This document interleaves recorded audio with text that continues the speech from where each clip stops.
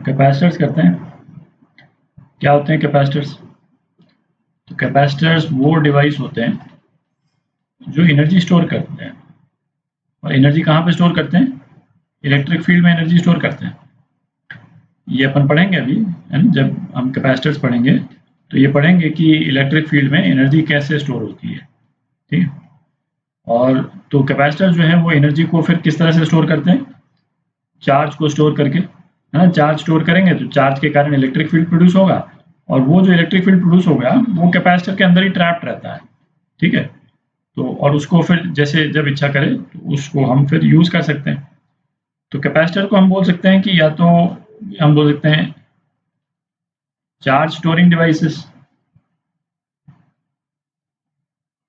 ठीक है, और या फिर एनर्जी स्टोरिंग डिवाइसेस, एक ही बात है।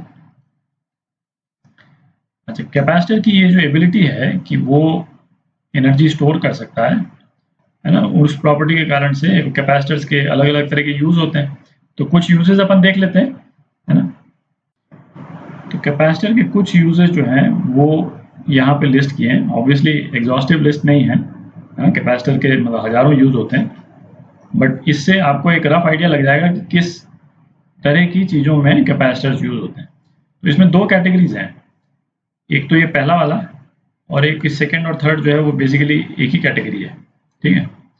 तो पहली कैटेगरी होगी कैपेसिटर की जो प्रॉपर्टी है कि भाई वो एनर्जी स्टोरेज डिवाइसेस है, उसके कारण उसका यूज होता है। तो एक तो जैसे है कैमरे का फ्लैश बल्ब है, तो कैमरे के फ्लैश बल्ब में हमको एक छोटे से टाइम पीरियड में, है ना, मिली सेकेंड में हमको बल्ब में ढेर सारी एनर्जी चाहिए केवल फोटोग्राफ लेने के लिए, है ना। तो उस मिली सेकेंड के लिए वो एनर्जी को मतलब कैपेसिटर में स्टोर करके और जो है उस मिली सेकेंड में उसको बल्ब के थ्रू डिस्चार्ज करा देते हैं। तो एक बहुत तेजी से लाइट आती है बहुत छोटे पीरियड के लिए। तो ये एक एग्जांपल हो गया। और फिर जैसे है आपका एक स्पेशल टाइप की लेजर होती है जिसको पल्स लेजर बोलते हैं। पल्स लेजर हो गया मतलब एक सडन बर्स्ट ऑफ एनर्जी होती है ना, लाइट के फॉर्म में, मतलब लेजर लाइट के फॉर्म में। और फिर उसके मतलब कई तरह के यूजेस हैं, मिलिट्री एप्लीकेशंस वगैरह हैं, तो इस तरह के पर्पज में काम आता है। तो एक कैटेगरी तो ये हो गई जहाँ पे कैपेसिटर की एबिलिटी टू स्टोर एनर्जी उसको हम यूज करते हैं। ठीक है। दूसरी कैपेसिटर की प्रॉपर्टी क्या है कि हम अभी आगे पढ़ेंगे, अभी अपन ने मतलब, है ना, डायरेक्ट करंट और ऑल्टरनेटिंग करंट किया नहीं है। तो डीसी सर्किट और एसी सर्किट, ठीक है। तो है ना, बिल्कुल बिल्कुल ब्रॉडली बता देता हूँ क्योंकि अभी जैसे, है ना, आपको अप्रिशिएट करने में थोड़ी सी दिक्कत होगी, पर जब हम सर्किट्स वगैरह कर लेंगे तब आपको और इजीली अप्रिशिएट हो जाएगा। बट अपने को कम से कम मालूम रहना चाहिए कि भाई हम किस डायरेक्शन में जा रहे हैं।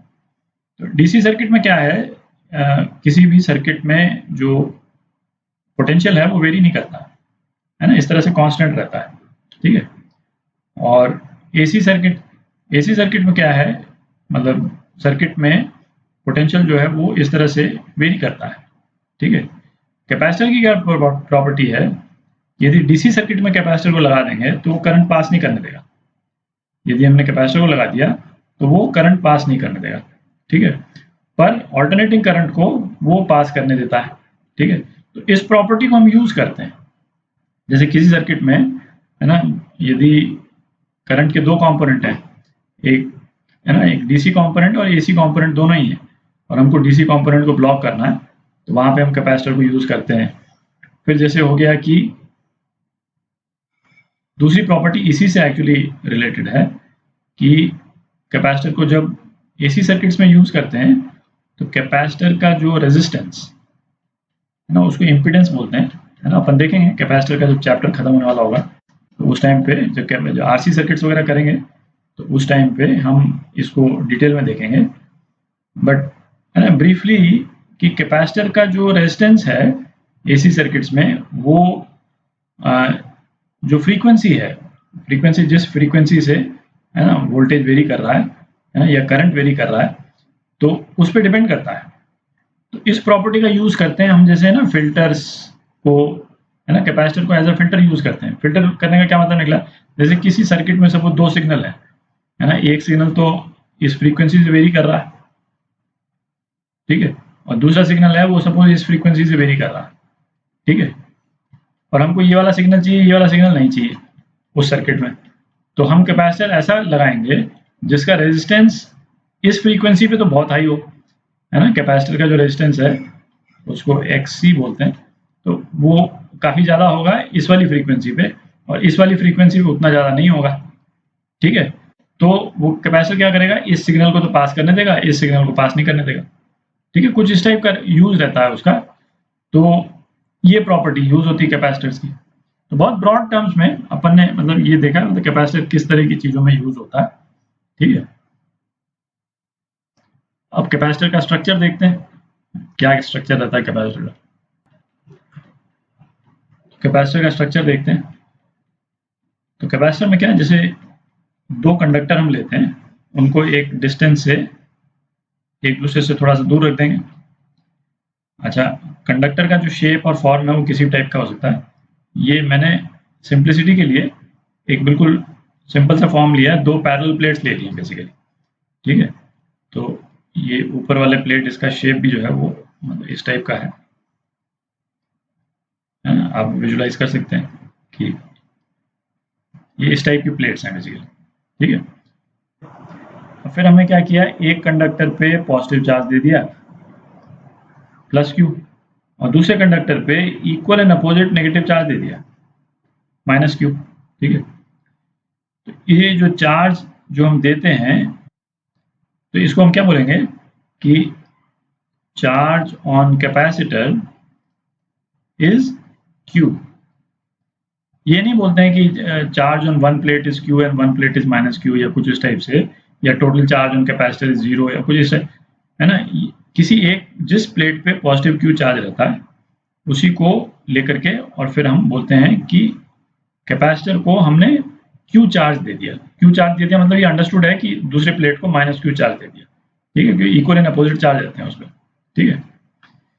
अच्छा, अब जैसे ये वाला कैपेसिटर जो मैंने बनाया है, इसमें इसको किसी सर्किट से जुड़ा हुआ नहीं है, आइसोलेटेड कैपेसिटर है, तो प्लस Q और माइनस Q चार्ज दे देंगे तो ऑब्वियसली इसके बीच में एक फील्ड बन जाएगी जिस तरह से हमने दिखा रखा है। और चार्ज को चूंकि एस्केप करने का कोई अभी रूट नहीं है, तो ये चार्ज जो है बना रहेगा, ठीक है। आप इसको कैपेसिटर को अलग से निकाल के कहीं पे भी आप रख देंगे तो ये चार्ज बना रहेगा, इलेक्ट्रिक फील्ड बनी रहेगी, और जब हमको जरूरत पड़ेगी तो हम इस कैपेसिटर को जब यूज करेंगे, चार्ज कैपेसिटर को, तो इस एनर्जी को हम यूज कर सकेंगे, ठीक है।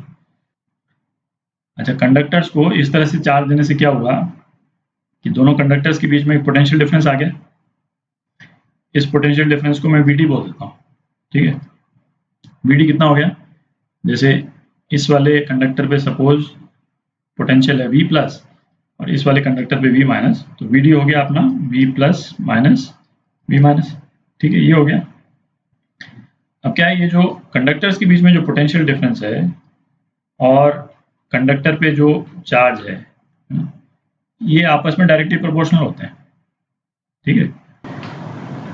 और Q और VD के बीच में जो प्रोपोर्शनैलिटी कांस्टेंट है, Q इज इक्वल टू,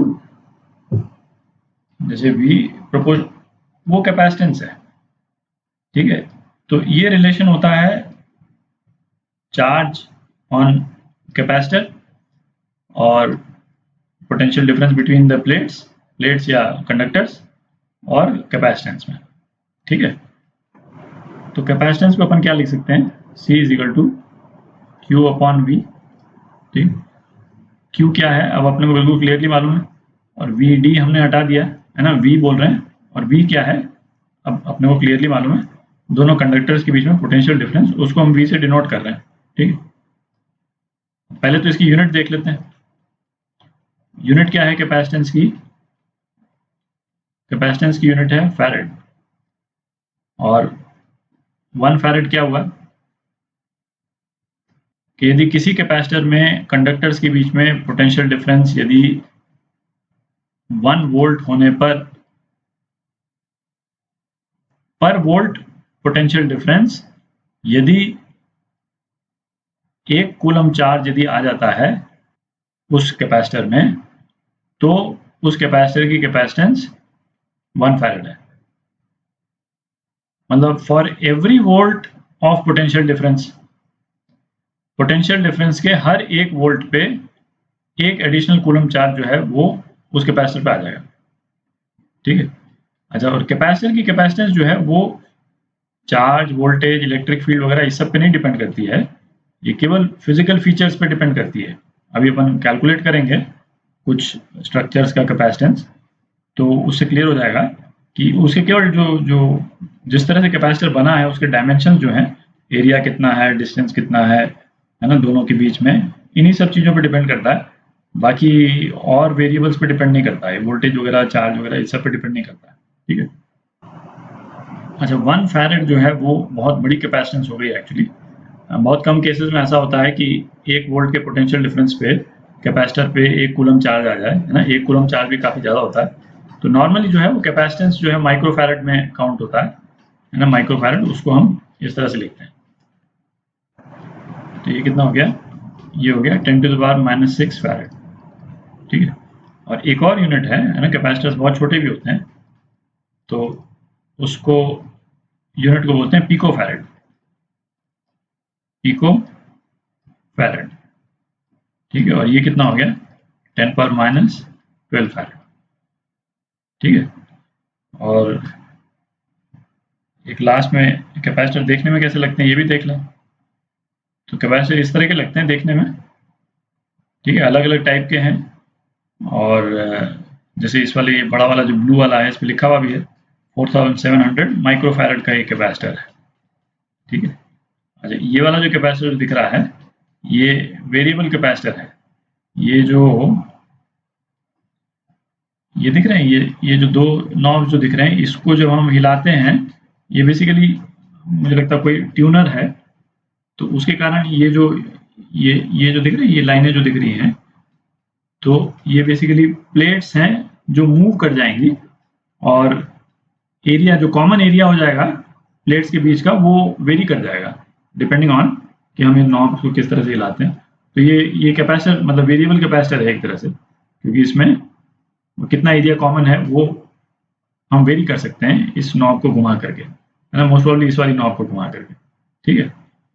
तो एनीवे, इस तरह से लगते हैं देखने में।